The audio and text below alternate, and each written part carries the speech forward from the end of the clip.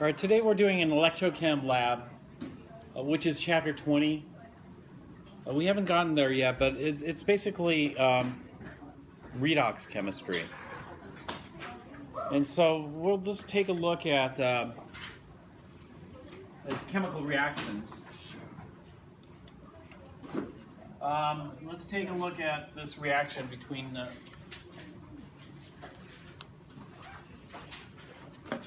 copper solution and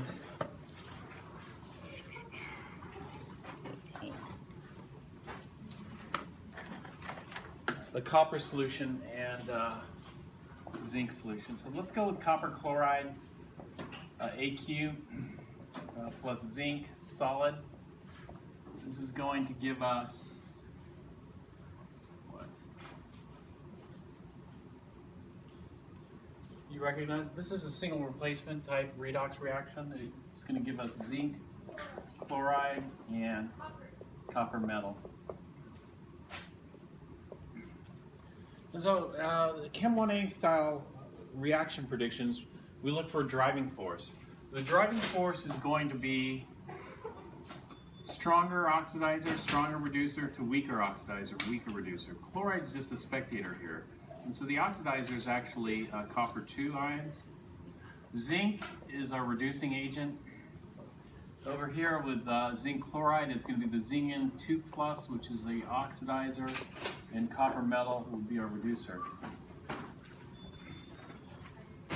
And so for this particular reaction, we see that we're going from stronger oxidizer, copper 2, to weaker oxidizer, zinc 2, and stronger reducer, zinc metal, to weaker reducer. And so we have a driving force present, and we expect that the reaction should proceed forward. But this driving force deals with energy, right? Stronger oxidizers, stronger reducers are going to be unstable. They're highly reactive. If they're unstable, that means they're high energy. Weaker oxidizers, weaker reducers are going to be stable, more stable, i.e. lower in energy. And so basically all we're doing is we're going from higher energy to lower energy, and we'll have our delta H here, which will be the enthalpy change. And so this should be exothermic, this particular reaction. But we know that some endothermic reactions are also spontaneous. Some endothermic reactions where we go from lower energy to higher energy can also have a driving force. But in nature, lowering energy or minimizing energy is considered a driving force. We should also look at what? Entropy as well. And so when we look at the entropy of the system here, is there much change? Because really we should be looking at delta G, right? Delta G tells us the spontaneity of a reaction. That's going to equal delta H minus T delta S. So we have the delta H part is done. Now we've got to look at the delta S. When you look at the delta S, was there much change in entropy in this particular reaction?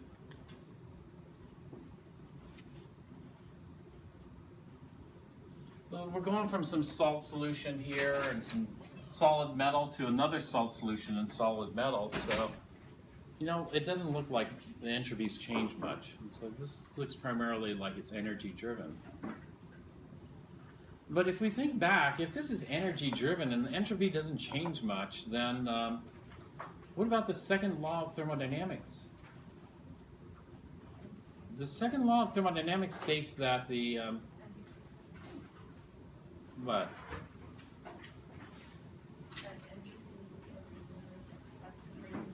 Yeah, the entropy of the universe must be increasing. So when I look at this particular reaction, it doesn't really look like the entropy of the universe is really increasing here, does it? Or does it?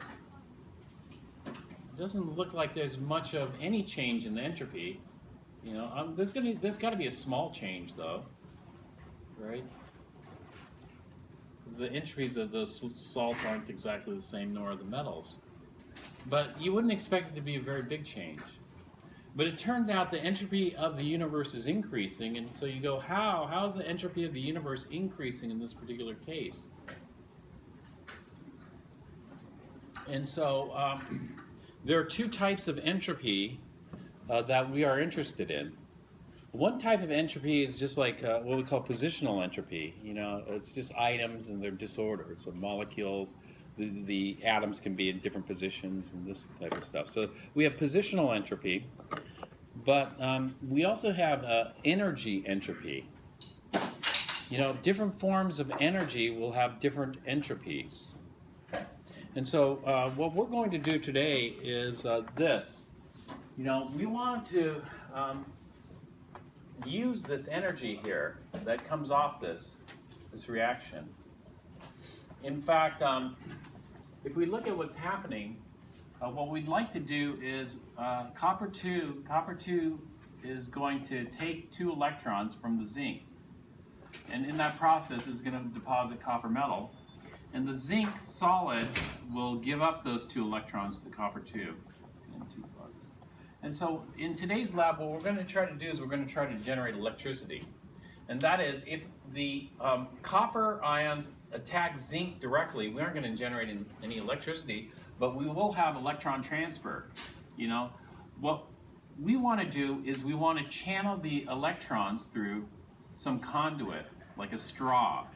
And rather than copper 2 attacking the zinc directly, we'll have it pull the electrons through the straw or conduit to itself, and in that process generate some electricity. So we'll talk about how to do that later. And so what we want to do is we want to use some of this energy here, or all of it, which would be ideal, to generate some electricity. But normally when we have an exothermic reaction, what happens? Normally if we have an exothermic reaction, all that energy is converted into, you know, if you're the surroundings and you have an exothermic reaction, then the surroundings are going to get hot. And so normally when we dump out this energy here, it's in the form of heat rather than in the form of electricity. But what we want to do is we want to make it in the form of electricity, or, you know, and try to not generate so much heat. And so let's take a look at the energies here, initial. And so even though we don't calculate absolute enthalpies, we'll just write what it is. So if I have the absolute enthalpy here, what is that equal to? The absolute enthalpy is equal to the absolute internal energy plus the PV initial state. Since it's enthalpy, the pressure is constant, so I'm not going to write a P initial. But the volume need not be constant. It's Avogadro's law. And so H final here is going to equal U final, U being the internal energy, times PV final. And so these would be the enthalpies. Internal energy is defined as what? The total energy. And the total energy in physics is always the potential energy plus the kinetic energy. And so we got the potential energy initial plus the kinetic energy initial plus PV initial is what this initial state's equal to. And then the final state is going to be the potential energy final plus the kinetic energy final plus PV final. So normally when we carry a reaction, let's say copper chloride and zinc solid, what should our starting temperature be? Do I want to heat that up or cool it down, or should I just start at room temperature?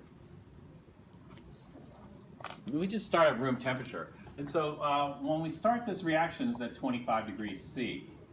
But this is an exothermic reaction, so it's going to warm up. And so what should our final temperature be? Our final temperature will be the ZnCl2 plus the copper metal.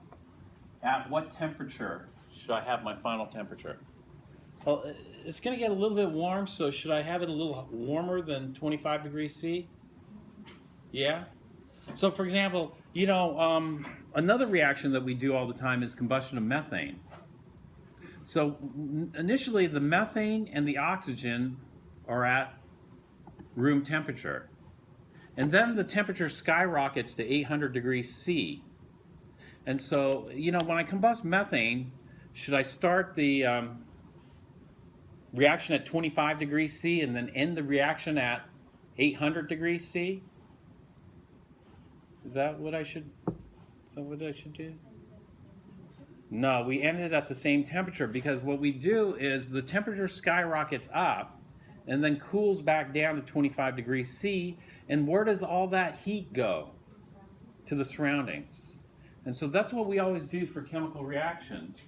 So a chemical reaction, if it starts at 25 degrees C, it ends at 25 degrees C, because any energy that's lost will be gained by the surroundings. And so that tells us something about this. When we look at this, the kinetic energy here is a direct function of the temperature, or the temperature is a direct measure of the kinetic energy. And so the kinetic energy here, initial, is 25 degrees C. The kinetic energy's finals has a temperature of 25 degrees C. And so the two kinetic energies are the same. Kinetic energy cancels. If I look at the volume, did the volume really change? No, the volume, no change there either. The only change we had is in terms of potential energy. These two mixtures have different potential energies. This copper chloride zinc mixture versus the zinc chloride copper mixture has different reactivities. In fact, the copper chloride zinc is quite reactive, whereas the zinc chloride copper is fairly stable. And so there's a difference in potential energy. And so what we're doing here is, normally we'd just be converting this chemical potential energy into heat, and then the surroundings would warm up, right? If the surroundings warm up, okay, well that brings us to this. I don't have to dump it out as heat. I could try to generate some electricity, i.e., when I generate electricity, that's called work.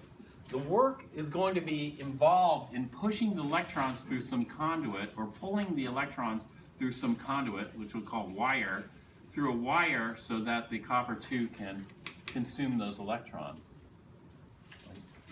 That's work. And so what I can do is, rather than dump this all out as heat to the surroundings, I can try to generate some work by pulling electrons through wire.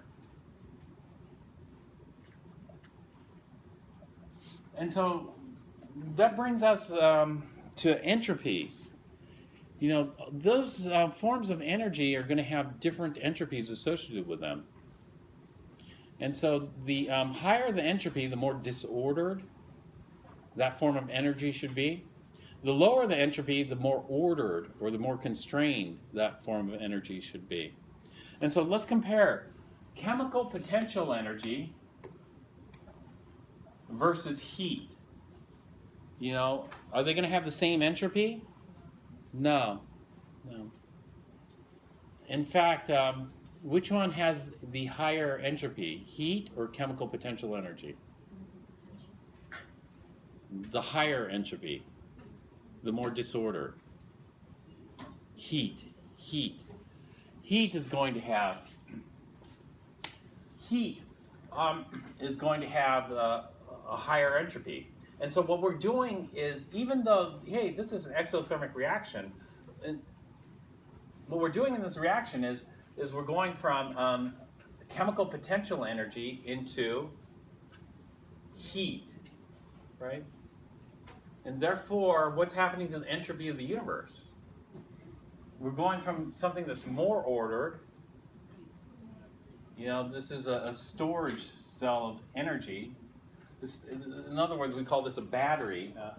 That's what we're making today. We're making a battery here using a redox reaction. And so what would you rather have? If somebody said, oh, I'll give you 100 joules of heat or 100 joules of battery power. Well, I guess it depends. But, what would be more usable? What would be more versatile? the battery would be more versatile, because the battery, you can always convert that into heat, because the spontaneous process is to go from lower entropy to higher entropy. Now, the reverse isn't so easy to do. So, for example, this reaction releases heat. And so, if this reaction releases heat in the forward direction, all I have to do is I put my zinc chloride and my copper in a pot and then put it on the stove and then just turn on the burner. And I'll just heat up. If I heat up this mixture, can I go back to this just by heating it up? Do you think? No, it's not going to happen. It's just like, my battery, actually my phone does this sometimes. All of a sudden my phone gets very hot. I don't know, the battery is just draining rapidly. Well, you know what? I want to recharge the battery on my phone. Should I just put it in the toaster oven and use heat? No, because that's backwards, because things go from lower entropy to higher entropy, not higher entropy to lower entropy, right? And so that's the spontaneity of the universe, and that's how it's related to energy. And so this is all part of the second law of thermodynamics, that is, an exothermic reaction should be increasing the entropy of the universe, right? Because eventually all that's going to be converted into heat. As it dissipates, and heat's just this transfer of kinetic energy. And so what we're going to do, though, is we don't want this to dump out as heat. We're going to try to capture some of this energy and convert it from chemical potential energy into electrical energy. Electrical energy is a higher entropy than chemical potential energy here. So how are we going to do that? And so let's it turns out it's not that difficult to do.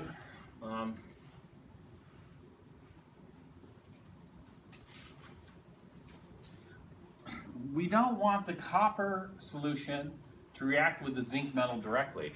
If we allow the copper solution to react with the zinc metal directly, then we're going to have direct transfer of electrons. Direct transfer of electrons, we can't use those electrons to power any devices. And so what we're going to do is we're going to separate the copper from the zinc. And so we'll get two beakers. In one beaker, we're going to put our copper ions, which are the oxidizers, and the chlorides are just spectators, so I don't really care much about it. But we aren't going to put zinc in here. We're going to put a conductor, like a piece of metal. And this metal should be inert, because we don't want it to give electrons directly to the copper too. We want the metal to act as a conduit of electrons. And so what this metal should do is it should feed the electrons, just the electrons, to copper 2, but the metal itself shouldn't react. And so as far as inert metals go, we could have copper, because if we have copper 2 plus copper is just going to yield the same thing, so there's going to be no reaction. If we have something more reactive than copper 2, then we should use less reactive metal like silver, gold, platinum. Platinum is a common material because platinum is very hard to oxidize. It's very unreactive. So platinum works well. But all of these are expensive, and so there's a cheap one, which is a non-metal, or graphite. Graphite can work okay. And all we want is we want a conduit, for the electrons. That is, copper 2 is going to try to attack the metal. The metals are electron, rich. They got the sea of electrons. So the copper 2 sees all these electrons and tries to pull them off. But if the electrons are platinums or golds or silver or copper, it's not going to be successful. Well, that's okay. It doesn't have to oxidize there, because what we're going to do is we're going to attach this metal piece to another metal piece that's going to be often over here. And so we'll just run, let's say we have a copper piece of copper here, and we'll attach some copper wire here. And then we'll attach this to some zinc solid over here. And so what happens is the copper 2 comes and tries to pull off 2 electrons here. It's not successful, but there's a train of electrons. And so as it's pulling the electrons here, it causes the other electrons to pull on one another. And eventually, this train of electrons ends at zinc.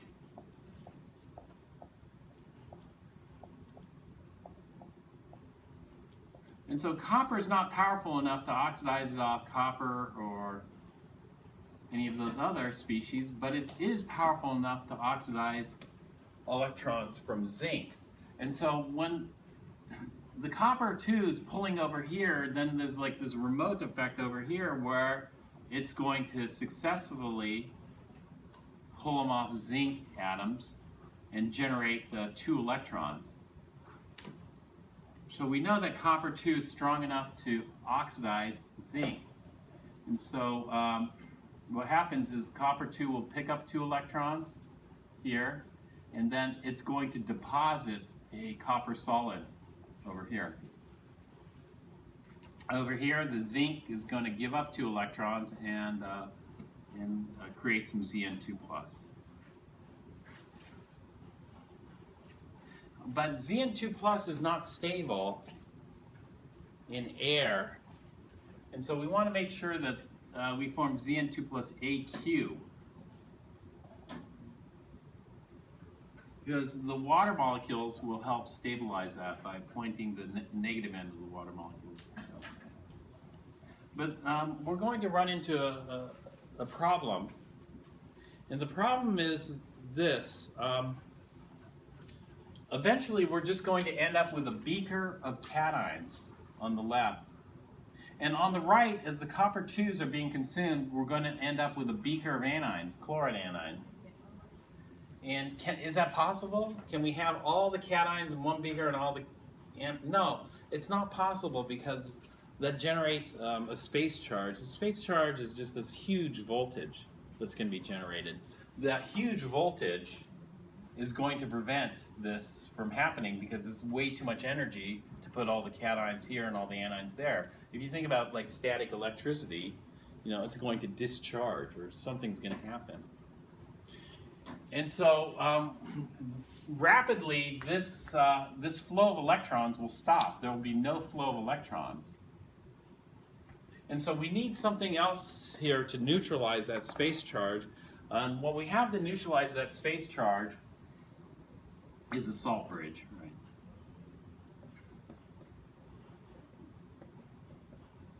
Okay, what a salt bridge is, it's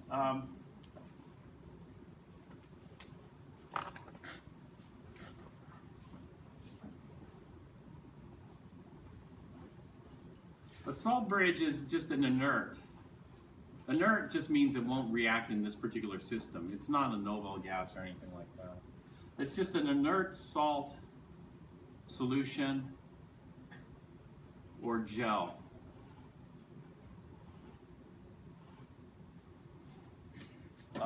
So inert salt might be something like sodium chloride. In sodium chloride, we'll just have sodium ions here, chloride ions here. Eventually, if this is a solution, it'll just diffuse. We have to have some kind of container here. But what the salt bridge does is this. For every zinc ion that's formed, we're going to have 2 chloride ions migrate into this beaker. So that will balance the charge. In other words, neutralize that space charge. And then for every copper 2+ that's deposited as copper metal, we lose 2 positive charges. We got to make those up by having 2 sodiums migrate over here to balance out the chlorides there. And so we need this salt bridge here, otherwise it fails to run. Okay, once we put that salt bridge here, then the electrons should start flowing. The way we're going to measure the electron flow is using a voltmeter here, just a multimeter. And the way a voltmeter works is like this. When I think about the electron flow, that's like water flow. You know, if you want to measure the flow of water through a hose, you might want to measure its pressure. If you try to measure the water pressure, you take the end of the hose, right, and then cap it. You want to cap it tightly because, like for example here, if there are leaks coming out here, then you aren't getting the total pressure, right? And so when we measure the voltage here, we're just trying to measure the flow of electrons, like this. In order to measure the flow of electrons, we have to block off the flow completely and see how hard it pushes on the voltmeter. And so right now it's going to be pushing this way. The electrons are trying to flow left to right. But in order to get a proper measurement of the pressure, i.e. the force, i.e. the voltage on this, we need to stop the flow completely. That is, completely block it off. And so with a voltmeter here, we aren't going to have any reaction because the electrons can't flow.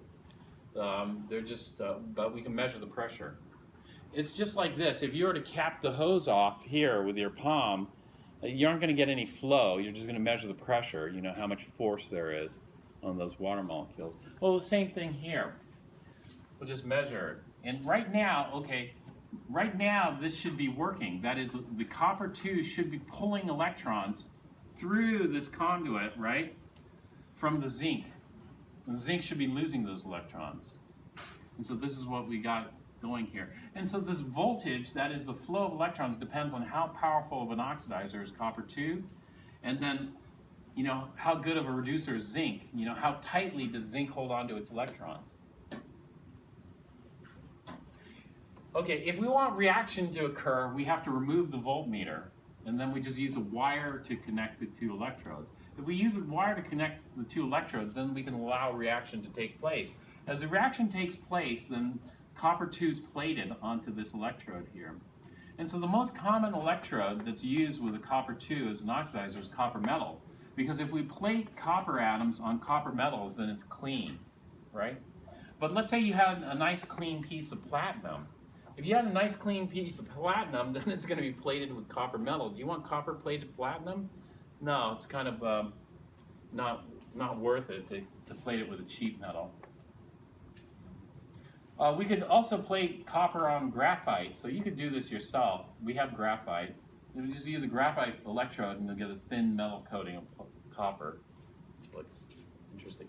But in order to build up that metal coating, we have to let the electrons flow through the circuit. In order for the electrons to flow through the circuit, there can't be a voltmeter here.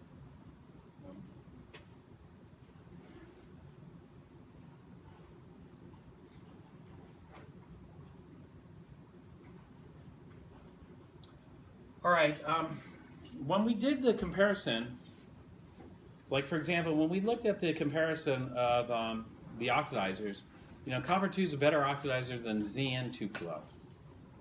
And where did I know that, or where did I find that information out from? The table, right? The table. But that table is for what we call standard thermodynamic conditions. Can you remind me what standard thermodynamic conditions are?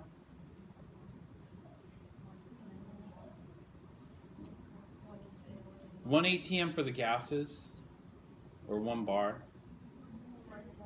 1 molar solutions. Okay, let's stop there. If I want to do this under standard thermodynamic conditions, then I need copper 2+ to be 1 molar, right?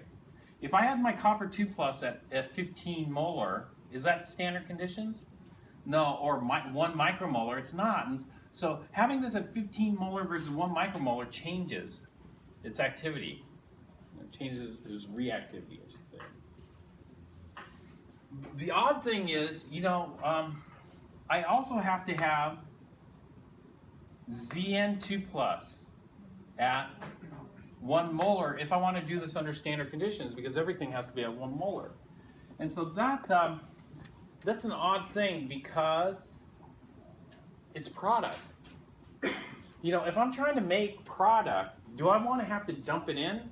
Let's say if you want to do a reaction, you're going to take 1 part reactant, 1 part product, and mix it together to do my reaction? No, you just take the reactants and mix them together, right? And so this is odd because here in order to do this under standard conditions, we have to add product. Well, I don't want any product there to begin with. I want to make it. Well, that's too bad. You have to have it there for standard conditions. Then you go, well, then standard conditions aren't going to be very useful because now I have to have product. No, it turns out that they're very useful, because we just even the playing field on this. And if we didn't have it there, then we'd have to have lots and lots of tables, which would complicate things. But let's see what happens here. So if I have 1 molar Zn2 plus and 1 molar copper 2 plus, then you can think of this as a tug of war between 2 oxidizers. You have the copper 2 on the right and you have the zinc 2 on the left, and both are trying to pull electrons. Because even though zinc 2 is not that great of an oxidizer, it's still an oxidizer and it's still trying to pull electrons. It's got a positive charge. And so who's going to win? Who's more powerful? 1 molar Zn2 plus or 1 molar copper 2 plus? Well, we just look on the chart. The chart says 1 molar copper 2 plus. Okay, that's fine. We know that copper 2 is going to win. So what if we make it 10 molar copper 2 plus? What do you think is going to happen? Is it going to have the same voltage or greater voltage? It's going to have a greater voltage because this is a tug of war, and all of a sudden, let's say you have 1,000 copper 2 pluses on one end of the rope and 100 Zn2 pluses on the other end. Obviously, copper 2 is going to win, right? And so what we see here is that the reactivity is going to change depending on the concentration. Likewise, when it's even, when it's fair, it's they're even in number, then for sure copper 2. But if they're uneven in number, what might happen? So think about this. Let's put 1 billion zinc 2 plus on the left and 10 copper 2 plus on the right. So it's 1 billion versus 10. Who's going to win? Is it going to be Zn2 plus by sheer number, or copper 2 plus by some super strength? What do you think? Yeah, I think the copper 2 plus is going to be completely overwhelmed. If I put 1 billion Zn2 plus here, what I'm going to see is I'm going to see my voltmeter go like this. It's going to go from positive, indicating it's trying to flow to the right, through 0 to negative, meaning the electrons now are being pulled towards the zinc end because of the overwhelming number of zinc ions on this side. And so things can affect the driving force. We already saw temperature can affect the driving force. We can change it from being spontaneous to non-spontaneous by adjusting the temperature, or vice versa, non-spontaneous to spontaneous. But also concentration can change this. And so what we want to do is we want to be able to understand the impact of concentration. Understanding the impact of temperature is not that bad because we've got our delta G here. You just plug in the temperature and make some assumptions. But what about the concentrations? Well, this is what we're going to do in chapter 19. We're going to see how concentrations, changing the concentrations, are going to impact our driving force. This is our driving force here, our delta G. And so we're going to start that in 19 and then continue that in chapter 20 to look at how the concentrations are going to impact this. Well, one thing that's going to happen is if I start this under standard conditions, I'm going to get some kind of voltage here. But as soon as the electrons start flowing, the copper 2 concentration is going down as it's being consumed here. And the Zn2 plus concentration is going up. So if the copper 2 concentration goes down and the Zn2 plus concentration goes up, what should happen to my voltage? It should go down. But the tricky thing is this: you can't have you can't watch this in real time because you got to let the electrons flow. So you got to remove the voltmeter, hook up the wire, let it run a little bit, and then put the voltmeter back in, and then you'll see, oh, the voltage has actually gone down. As the batteries. This is a battery. The battery's dying. A battery stores chemical potential energy and converts it into electrical energy. That's what batteries do. So let's name some of the parts of a battery here. The parts of the battery, these pieces of metal that feed the electrons out or feed the electrons in, or pull the electrons out, feed the electrons in. These are called electrodes. This one is an inert electrode. It doesn't react. But this one is a reactive electrode. It's part of the reaction. It's zinc. Zinc we need. And so it acts both as electrode and a reactant over here.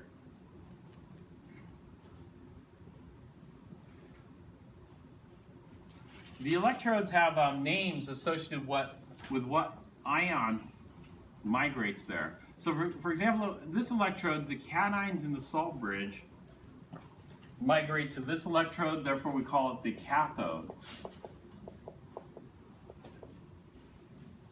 This electrode, the anions, chloride anions, are migrating to this beaker, so we call this one the anode.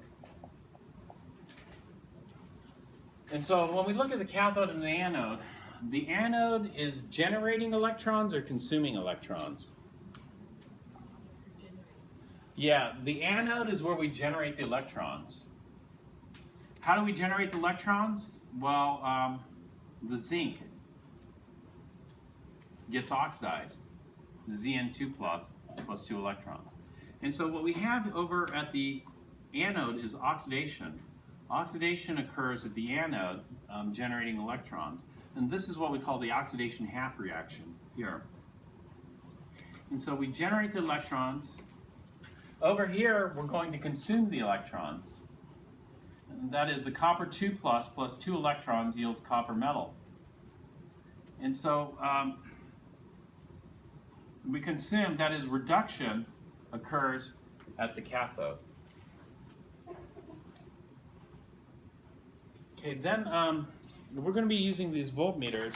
These voltmeters have a red lead and a black lead.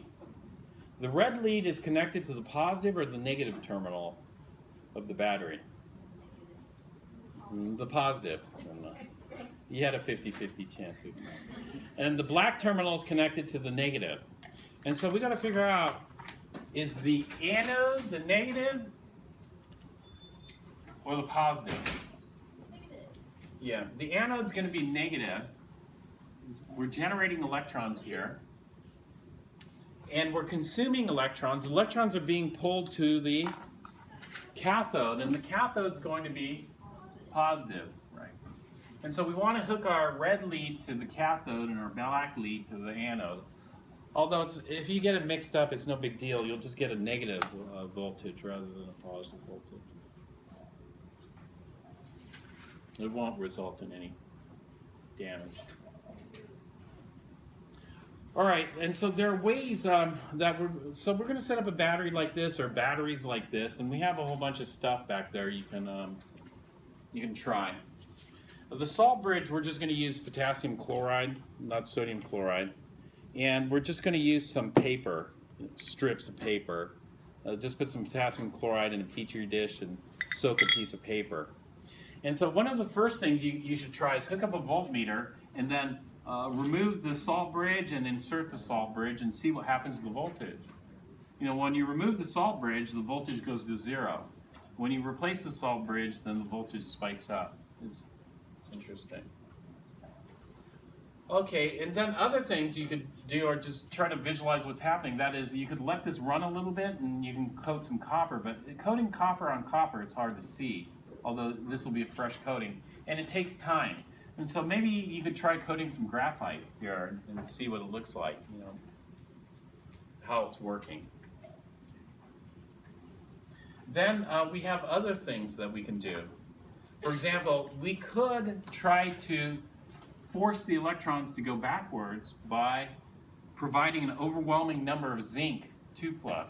But the problem is it's hard to get an overwhelming number of zinc 2+ because we aren't even using standard solutions. We're using 0.1 molar, non-standard. 0.1 molar is not that concentrated. And so this is 0.1 molar, which is kind of dilute. But over here, this is also 0.1 molar, which is kind of dilute. But what we can do is we can take out the copper 2. How can we remove the copper 2? Well, one way of removing copper 2, free copper 2 ions, is by complexing it. And so if we add like aqueous ammonia, the aqueous ammonia will attack the copper 2, form the tetramine complex, and greatly reduce the free copper 2 ion. We need free copper 2s to do this because the complex stuff won't. So we could try that, or we could try some other complexing agents that we have laying around, or we could try complexing the zinc and see what happens. If we get rid of the Zn2+, the voltage should go up. If we get rid of the copper 2+, the voltage should go down.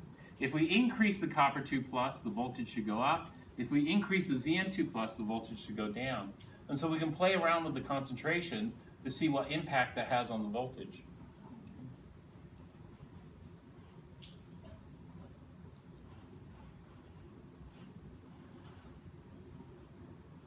All right, any questions on this? We call this a battery or electrochemical cell, and all it is just a redox reaction in which the electron transfer doesn't happen directly. The electron transfer occurs through this. This we call an electric circuit. There are actually two circuits here. The circuit that the electrons are flowing through, and the electrons want to flow left to right here. This circuit is called the external circuit, which is the electronic circuit. And then we have an internal circuit. The internal circuit maintains charge balance or charge neutrality. And that would be the salt bridge circuit, which we see ions as the charge carriers. Ions is the conductor. But anyway, there are different salt bridges, strip of paper, tubes, etc. They're even solids. It doesn't have to be a solution or a gel. It could actually be a solid. Geologists know about zeolites, special kind of mineral. Zeolites have channels or tunnels that run through the crystals. And these tunnels allow ions to go through, like trains going through a tunnel. And some of them have very low resistance. That is, some of these zeolites can conduct electricity as good as copper metal, and the ions can flow rapidly through them.